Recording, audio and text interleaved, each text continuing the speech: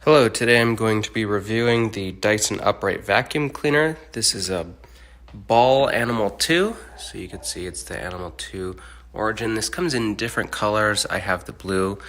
I've had this vacuum model for 13 years. I'll talk more about that. I'll go over the pros and cons and also the secret tips that I've learned with this vacuum over the years. So I initially got this in 2010. It was the only vacuum cleaner I owned at the time, and this thing, the original one lasted for 9 years. I had it until 2019, and then finally it had an issue where it wasn't turning on. It was out of warranty for like 5 years, I think. I don't remember if this has a 4 or 5 year warranty, but it was well out of warranty by then. It stopped working, so I ultimately had to get a new one, and because it had done so well, I decided that I would get the same model. And I will just say, during that time, my mother has bought a new vacuum every single year, and this model lasted 9 years. So definitely a good buy for me. This is bagless. You could see I have a dog, I have a kid, I have a wife, and the yard stuff. So lots of dirt gets in here, lots of crumbs, lots of hair. And I use this to vacuum the entire house every week. So every Saturday I will use this to vacuum the entire house. I have a Roomba that I use every other day or so, every 2-3 days, to do like a spot cleaning, but I don't trust it to clean the entire house thoroughly enough. So I use this every week to make sure that it fills in the gaps. So really easy to use, obviously plugs in just like any other vacuum. The cord is super long, so this house is pretty large. It's kind of messy because I just put things away so I could vacuum. This will not pick up dog food size things, so if there's a piece of dog food laying on the ground, it won't pick it up. So that is the con of this, is if there are large rocks or maybe big pieces of paper or dog food, for example, you'll need to pick those up by hand, but you'll see them as you're vacuuming. It won't get trapped in here. It'll just like push it along. So you'll be pushing the vacuum, and it'll just be shoving it, right? So this is kind of a loud vacuum. It is a full size, so so actually, as you saw, it's pretty easy to just click up and down. Now, one thing that kind of bothers me about this vacuum, though, is after I pull it down like that, if I put it up, see, sometimes it will click, and I think that it's up, but it's not. So I found over the years, you have to click it and then kind of lift it, and that way I'm always sure that it's locked in. So that's probably the second con of this vacuum, and also a secret tip, right? Just so you get used to that, because otherwise you're gonna hear that click, you're gonna walk away, and it's gonna fall and crash down, which I've had happen to me a ton of times. So just click it, pick it up, or maybe it's because I'm not clicking it fully. It comes with an edge tool, as you could tell. If you lift this up right here, you have your hose, and this is pretty long as well. It stretches more, but I'm pulling the vacuum at this point, so you can't really see it. This does really well on carpet. It does well on hardwood floor. There's an option here. You just press that, and it'll raise and lower for carpet, but also this little piece here will spin, and it picks up a lot of the stuff. So this you do have to clean out regularly. This is probably the biggest pain point of this vacuum, is my wife's long hair will get caught in here, and it will wrap around, and then it will attract other pieces of dirt or dog hair or whatever. And so I have to go in with like some pliers and just pull it out. And I typically do that maybe twice a year, every 6 months. Now, in terms of actually taking this out, you just press this button, pops right out. It's really easy. It's kind of gross, sorry. But to open this, you just press this button again, and it'll pop the bottom out, and then everything will fall out. I'm not going to do it here because I'm not over a trash can. To get it in, you just kind of line this little thing up with the side and then click it. So it's easier to do with two hands, but you just kind of click it in like that. Yeah, that's pretty much most of it. It is a little bit loud, so I'll turn it on really quickly. You can hear how loud it is.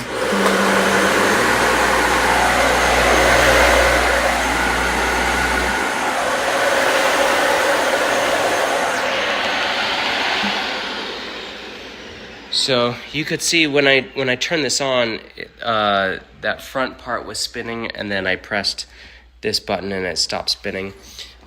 So I'll just show some of the different carpet that we use this with. So obviously we use it on the hardwood, works fine. I have this thicker carpet here. I do not let the Roomba go on here.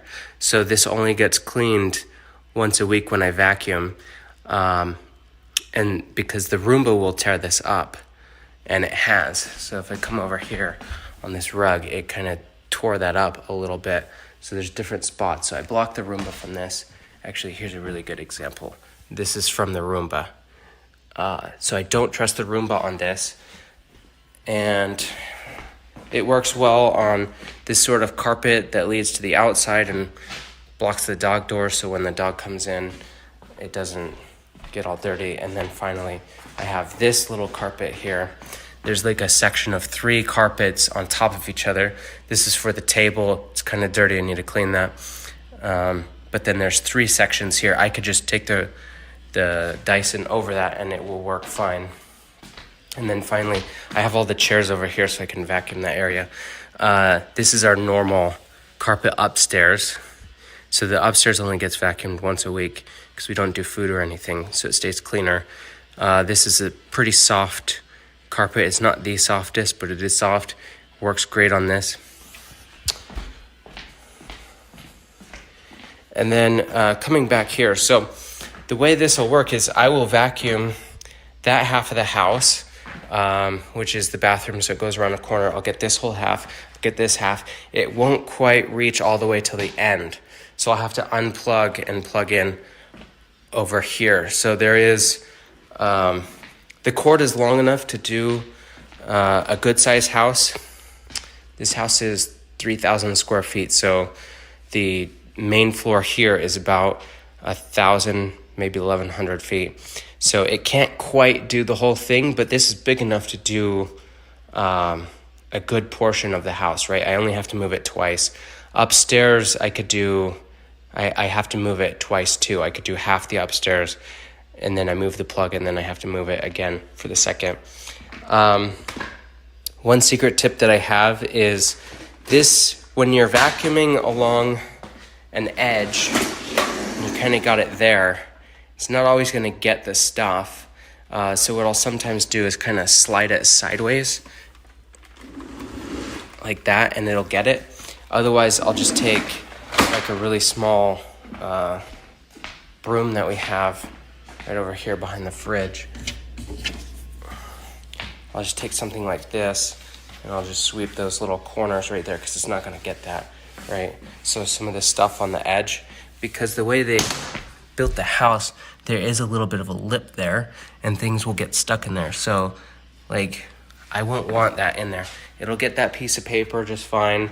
I've already gone through and picked up some of the dirt and stuff. Here's the Roomba that will run every week, every couple of days, but it won't do everything. So I have to vacuum once a week to make sure that this area is clean and the upstairs is clean. I trust this as my main vacuum.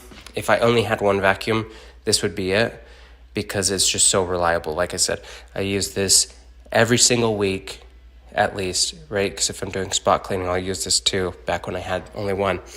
But this would last for 52 vacuums, and then for 9 years. So not sure what that is. It's like 450 vacuumings, which is quite a bit. Anyways, the other thing too It's really easy to clean. Once you take this out, if you pop this out, you're supposed to clean the filter every 3 months. I can admit that I don't do that, and I maybe do it twice a year if I'm diligent. And again, it has held up really well. This comes off here too. You just twist this off. You just twist it all the way until it's done. And then there's a filter behind there. You can kind of see it. All you do is you put that in the tub, run it under the water until it runs clear, so the dirt will come out. It'll run clear, and then just leave it sitting in the tub or in the garage or something overnight, maybe a bit longer, until it's dry, and then you can use it again. So I need a vacuum real quick, and I'll go ahead and do that. Okay, so as I was vacuuming, I remembered another secret tip. So I have a small rug here at the garage door, and the vacuum has this weird thing where on a big rug like this that stretches for forever and is heavy, you could just turn it on the spinning option. It will spin and it will pull you along. So the vacuum will actually pull for you. You don't have to like push it. However, on this small rug, when you're pulling it back, so let's say I have it on and it's pulling me this way, if I stop right here to pull it back, it can actually catch the rug and suck it in, especially if you're going like this and go to a corner. And so what'll happen, it'll suck the rug in, and that's not good. It causes it to stop spinning, so it detects that it's caught. It'll stop spinning, that's fine. You just easily pull it out, but then you have to press this button to turn off the spinning option, and then you have to press it again to turn it on to spinning mode.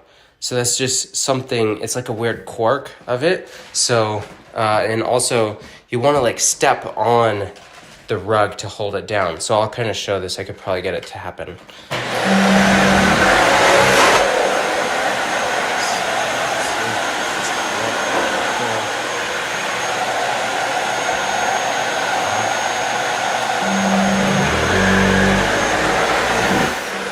Okay, so you see that it grabbed the corner, it stopped spinning.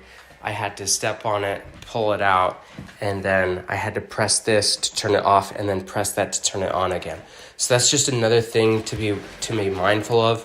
I don't know if there's a way to really avoid that, but it only happens on these small rugs. So just keep that in mind. Anyways, I hope that was useful.